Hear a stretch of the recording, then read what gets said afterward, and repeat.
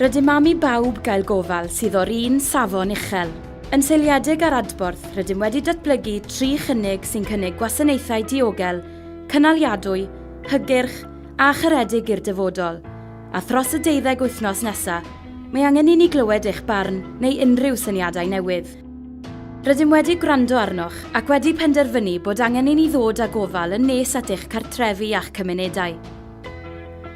Gallai nifer o'r cleifion yn ein hysbytau gael gofal yn y ffordd hwn, petai'r gwasanaethau cywir ar gael. Ym mhob cynnig mae 10 hwb cymunedol. Mae ysbyty Llanymddyfri yn hyb cymunedol a gwelyau ac uned man anafiadau.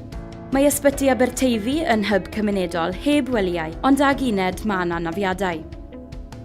Hybiau cymunedol heb welyau sydd ar safleoedd ysbyty de Sir Benfro ac ysbyty Dinbych y Pysgod, yn ogystal ag yn Abereiron, Crosshans a datblygiad llynnoedd Delta yn Llanelli a datblygiad Cylchcaron yn Nhregaron. Mae hyb cymunedol yn Aberystwyth. O ran Dyffryn Aman, mae hyb cymunedol heb welyau yn y 2 gynnig cyntaf a gyda gwelyau yn y 3ydd cynnig. Ond mae angen i ni glywed eich barn ar y cynlynol.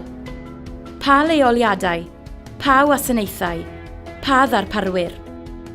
Ym mhob cynnig, mae ysbyty dosbarth Bronglais yn parhau i ddarparu gwasanaethau ar gyfer y canolbarth. Ym mhob cynnig, mae ysbyty newydd yn rhywle rhwng Arberth a San Clair. Mae'r unedau canolog asesu a thrin iechyd meddwl wedi'i lleoli yma.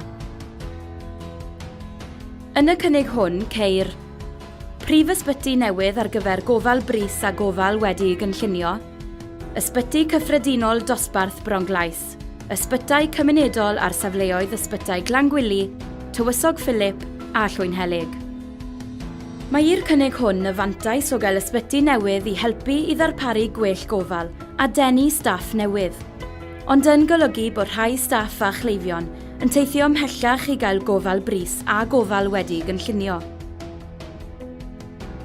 Y gwahaniaeth yn y cynnig hwn yw mae ysbyty Tywysog Philip yn parhau i fod yn ysbyty cyffredinol lleol. Golyga hyn bod 2 ysbyty yn ne ardal Hywel Dda, ac felly mae llai o effaith ar amserau teithio i gleifion yn Llanelli a'r cylch. Ond mae hyn yn anoddach o ran staffio a chynnal, a allai olygu mwy o ganslo. Yn y 3ydd cynnig, ceir ysbyty gofal brys newydd, ysbyty gofal wedi'i gynllunio ar safle ysbyty Glangwili, ysbyty cyffredinol dosbarth ym Mronglais, ysbyty Tywysog Philip yn barhau i fod yn ysbyty cyffredinol lleol, ysbyty cymunedol yn Llwynhelig. Golyga hyn bod llai o risg o ddefnyddio gwelyau gofal wedi'i gynllunio ar gyfer gofal brys.